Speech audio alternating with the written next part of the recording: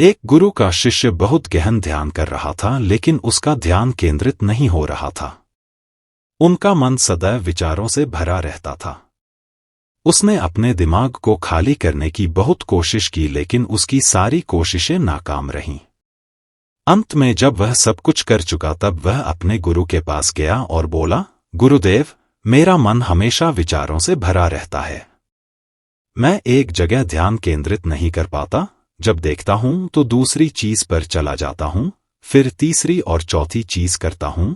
मेरे दिमाग में हजारों विचार चलते रहते हैं और मुझे पता भी नहीं चलता कि ऐसा कब होता है। बहुत समय बाद मुझे एहसास होता है कि मैं क्या करने बैठा था और क्या सोच रहा था।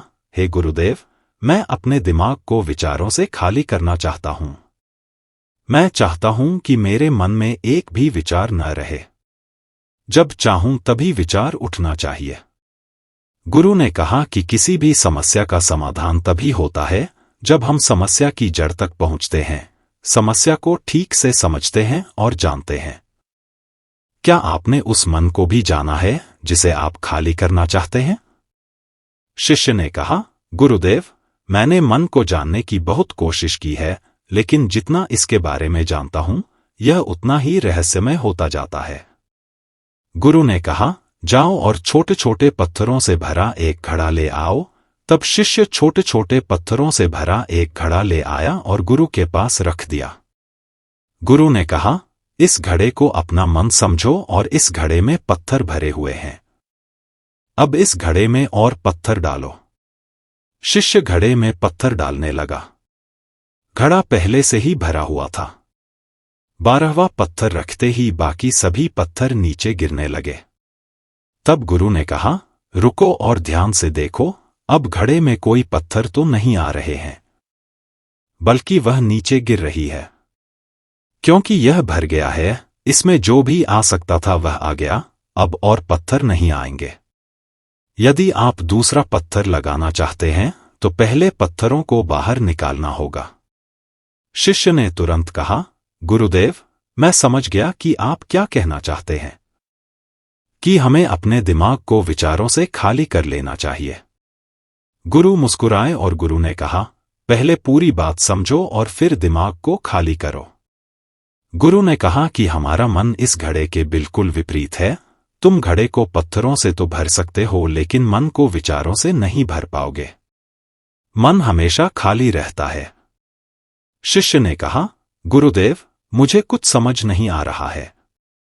अगर दिमाग हमेशा खाली रहता है तो हम उसे खाली करने की कोशिश क्यों करते रहते हैं? इसकी क्या जरूरत है? गुरु ने कहा, इस घड़े से एक एक करके सारे पत्थर निकालो। शिष्य ने वैसा ही किया और घड़े से एक एक पत्थर निकालता रहा और अंत में घड़ा खाली हो गया।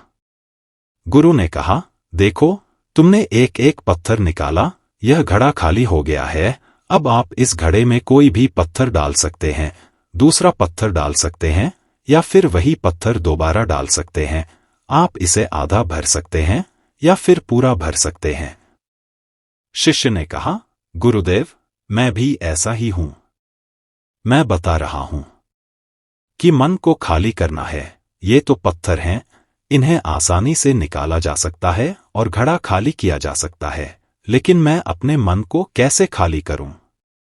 गुरु ने कहा, इस खाली घड़े में एक पत्थर डालो और 2 पत्थर निकाल लो। शिष्य ने यह कहा, ऐसा कैसे हो सकता है कि जब इस घड़े में एक पत्थर होगा तो एक ही पत्थर निकलेगा, फिर 2 पत्थर कैसे निकल सकते हैं? गुरु ने कहा, चलो ऐसा करो, इस घड़े में 2 पत्थर डालो और 4 पत्थर निकाल लो। शिष्य ने कहा, गुरुदेव, यह कैसे संभव हो सकता है? ये कोई चमत्कारी बर्तन नहीं है कि 1 डालो तो 2 निकालो, 2 डालो तो 4। गुरु ने कहा, यह घड़ा चमत्कारी नहीं है, लेकिन तुम्हारा घड़ा यानी तुम्हारा मन चमत्कारी है। यदि आप इसमें एक विचार निकालेंगे तो इसके पीछे 2 विचार होंगे। जब आप उन 2 विचारों को पकड़ते हैं तो उनके पीछे 4 विचार उभर आते हैं और वह खाली नहीं रहता। यह मन का भ्रम है कि सब कुछ है लेकिन कुछ भी नहीं है। शिष्य ने कहा, गुरुदेव, आप जो कह रहे हैं वह मैं समझ गया, लेकिन क्या मैं हमेशा अपने विचारों के जाल में फंसा रहूंगा?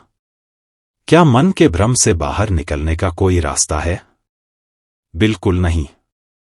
और जब आप उन 4 विचारों को पकड़ते हैं तो उनके पीछे 16 विचार उभरते हैं, और ऐसा करने से विचारों की एक लंबी श्रृंखला बन जाती है और आप कहीं नहीं रुकते, एक के बाद दूसरे विचार को पकड़ते चले जाते हैं। यह मिट्टी का घड़ा पत्थरों के घड़े के समान है। भरा रहेगा लेकिन आपका मन कभी नहीं भरता, वह हमेशा खाली ही रहता है।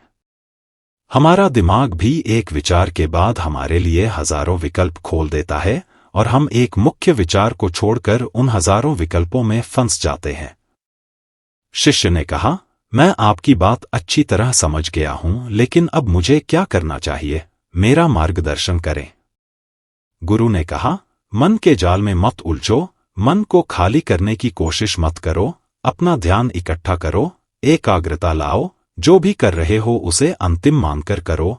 ऐसे करो कि बाद में इसमें आपको कुछ भी करने की जरूरत नहीं है, और जब आप किसी दूसरे विचार पर काम करते हैं तो बस उसी पर काम करें, कोई दूसरा विचार नहीं। मन के भ्रम से बाहर निकलना इतना आसान नहीं है, लेकिन अभ्यास सब कुछ कर सकता है। शिष्य ने कहा, गुरुदेव, मैं भी ऐसा ही करूंगा। यह समझाने के लिए आपका बहुत बहुत धन्यवाद। हम सभी अपने दिमाग को खाली करने की कोशिश करते हैं, मन में उठते बैठते विचारों से परेशान रहते हैं। हम चाहते हैं कि ये विचार कहीं चले जाएं, और हम शांत हो जाते हैं, लेकिन जितना हम इन विचारों से दूर भागते हैं, हम विचारों का उपयोग करते हैं कि वे हमें शांत करते हैं, और वे आपके उन्हीं विचारों से जुड़े होते हैं जिन्हें आप छोड़ना चाहते हैं। इसलिए ये विचार इतनी शक्तिशाली हैं। जब आप सोचना ही नहीं चाहते तो आप शांत रह सकते हैं? यह तभी संभव है जब आप शांत रहने की कोशिश करना बंद कर दें और अपनी समस्या को हल करने पर ध्यान दें, ध्यान केंद्रित करें और समझें कि चिंता करने से नहीं बल्कि सोचने से समाधान मिलता है। गुरु ने कहा, इस मिट्टी के बर्तन को पत्थरों से आधा भर दो। शिष्य ने वैसा ही किया। फिर गुरु ने कहा, अब इन पत्थरों में से एक पत्थर चुन लो और उस पत्थर की एक छोटी सी मूर्ति बनाकर मुझे दे दो। मैं जानता हूं कि तुम एक अच्छे कलाकार हो। जब शिष्य ने 11वां पत्थर निकाला और उस पत्थर को तराशना शुरू किया तो उसे एहसास हुआ कि यह पत्थर अच्छा नहीं है। तो उसने घड़े से दूसरा पत्थर निकाला, उसे वह पत्थर भी पसंद नहीं आया। फिर उसने तीसरा पत्थर निकाला, उसका रंग उसे पसंद नहीं आया। फिर उसने चौथा पत्थर निकाला, लेकिन उसे इस पत्थर में एक दोष निकला। इस प्रकार उसने लगभग सभी पत्थर बाहर फेंक दिए। उसे ऐसा करते देख गुरु ने कहा, वह पत्थर जो तुमने पहली बार निकाला था, यह समझकर उसी पत्थर की खोज करो कि तुम्हारे पास कोई दूसरा पत्थर नहीं है।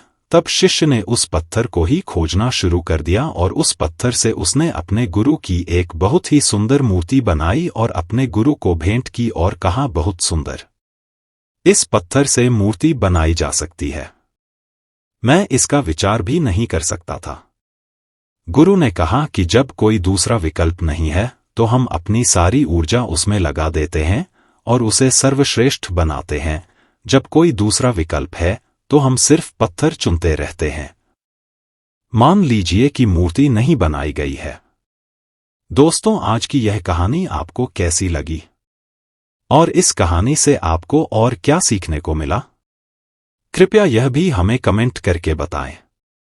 साथ ही अगर आपको ये कहानी पसंद आई और ये आपके लिए उपयोगी लगी तो इसे अपने दोस्तों के साथ जरूर शेयर करें।